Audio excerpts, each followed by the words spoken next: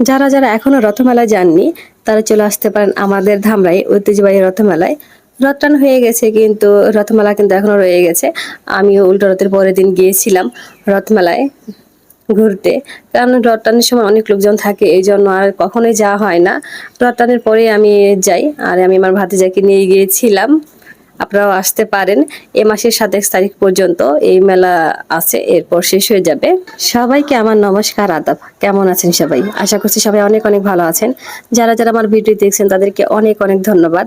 যারা Facebook page থেকে দেখছেন প্লিজ আমার পেজটা লাইক ফলো দিবেন, আর যারা ইউটিউব থেকে দেখছেন প্লিজ আমার চ্যানেলটি সাবস্ক্রাইব করে দিবেন। এমনিতে আমাদের বাড়ির সামনে দিয়ে অনেক গাড়ি চলাচল করে, কিন্তু আজকে আমি রথে যাব, একটা গাড়িও পাচ্ছিলাম না। এই জন্য রাস্তায় গিয়ে ওয়েট করছিলাম গাড়ির জন্য। অতঃপর আমি একটা গাড়ি পেয়ে গেলাম। আর এই দেখুন রাস্তার অবস্থা। আমাদের বাড়ির থেকে ডুলিবিটা যাওয়ার রাস্তা খুবই খারাপ, মানে জঘন্য অবস্থা। যাক, এই জন্য আমরা একটু রাস্তাটা চেঞ্জ করে গেলাম। মানে আমরা ছয়বাড়িয়া হয়ে ইসলামপুর হয়ে তারপর রথমেলায় গিয়েছিলাম। ভেবেছিলাম ওইদিকে রাস্তাটা ভালো, কিন্তু ওইদিকে রাস্তাও খারাপ, অতটাও ভালো ছিল না।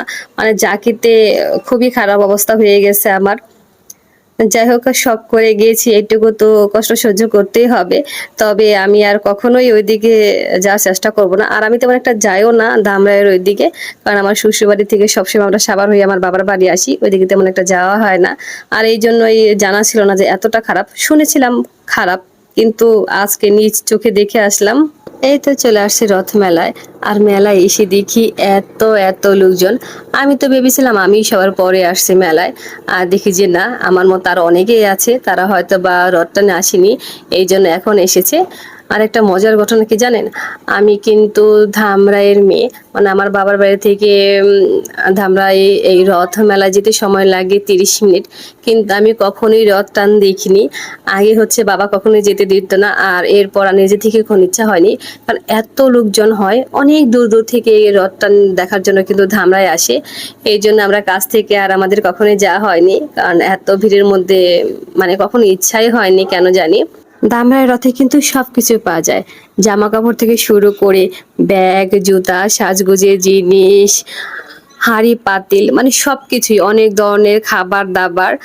তো আমরা একটু ঘুরে ঘুরে দেখছিলাম, আর এই চুড়িগুলো তো আমার অনেক অনেক পছন্দ হয়েছে। মেয়ে মানুষ তো চুড়ি দেখলে একটু কিনতে ইচ্ছে করে, যদিও এগুলো আমি কখনোই পরি না, তারপরেও কেন জানি না এগুলো দেখলে কিনতে ইচ্ছে করে। ভেবেছিলাম কিনবো, কিনা হয়নি। আর এই পুতুলটাও, এগুলো হচ্ছে আগে অনেক ব্যবহার করেছি, এখন আর ব্যবহার করা হয় না, কিন্তু দেখলে কেন জানি আর কিনতে ইচ্ছে করে, কিন্তু মনকে অনেক কষ্ট করে কন্ট্রোল করেছি, জানি এগুলো আর কিনে টাকা নষ্ট করা যাবে না, এখন একটু সংসারী হতে হবে। যাই হোক, এই যে বাদে যাওয়ার জন্য টুকটাক কেনাকাটা করেছি, আর এই আংটিগুলো আমার অনেক পছন্দ হয়েছে। এখান থেকে মূলত আমি 3টা আংটি নিয়েছি, কারণ আমার কাছে একটু বেশি ভালো লেগেছে এগুলো। আগেও আমার অনেক কেনা আছে, তারপর আমি একটু আবার আংটি লাভার মানুষ, না আংটি আমার অনেক পছন্দ। এরপর আমরা একটু ঘুরে ঘুরে দেখছিলাম। আমরা অনেকটা টাইমে ছিলাম, কিন্তু আমি ভিডিওটা একটু কম করেছি, কারণ আমার ভাতিজা ছিল, ও ছোট মানুষ, আমি ভিডিও করতে গেলে ও আমার হাত ছেড়ে চলে যায় অন্যদিকে, কয়েকবার হারিয়ে ফেলেছিলাম। এই যে আমার আগে যা ও দাঁড়ায় আছে, এর জন্য আমি আর ভিডিও তেমন করিনি। আর একটা ভয় ছিল যদি মোবাইলটা হারিয়ে যায়। আর এখানে কিন্তু এই নৌকায় ওঠার খুব ইচ্ছা ছিল, কিন্তু এখানে এত এত ভিড় ছিল, অনেক লোকজন লাইনে দাঁড়িয়ে আছে, এই জন্য আমরা লাইনে দাঁড়িয়ে এটাতে উঠিনি। আর এরপর আমরা এদিক দিয়ে একটু ঘোরাঘুরি করলাম, দেখি কিছু কেনার মতো কিছু আছে কিনা। আর ঘুরতে ঘুরতে তো আমাদের একদম সন্ধ্যা হয়ে গিয়েছে। এই দোকান থেকে একটা পুতুল কিনেছি আমার বাতিজির জন্য, সে আবার পুতুল অনেক পছন্দ করে। এরপর একটা পাখা কিনলাম, আর গরমের দিনে এই পাখাগুলো কিন্তু অনেক কাজে আসে, মানে ব্যাগে করে ক্যারি করা যায় সব জায়গায়, আর দেখতেও অনেক অনেক সুন্দর। এরপর আমার ভাতিজা বলতেছে সে স্মোক বিস্কিট খাবে। বাইরে বাই, কি বিস্কিটের নাম স্মোক বিস্কিট! নাম শুনে তো আমি অবাক হয়ে গেছি। আর এটা বাচ্চারা খুব এনজয় করে খাচ্ছে, কারণ এটা খাওয়ার সময় মুখ দিয়ে ধোঁয়া বেরোচ্ছে, আর এটা বানানোর সময় কি ধোঁয়াটা যে উঠছে, মানে দেখি খুব লোভনীয় মনে হচ্ছিল। যে আমার ভাতিজা এটা খুব মজা পেয়েছে এটা খেতে। এরপর আমরা লটকন কিনলাম, আমার ভাতিজা লটকন অনেক পছন্দ করে, আমি তেমন একটা পছন্দ করি না, কিন্তু এই লটকনগুলো অনেক মিষ্টি ছিল।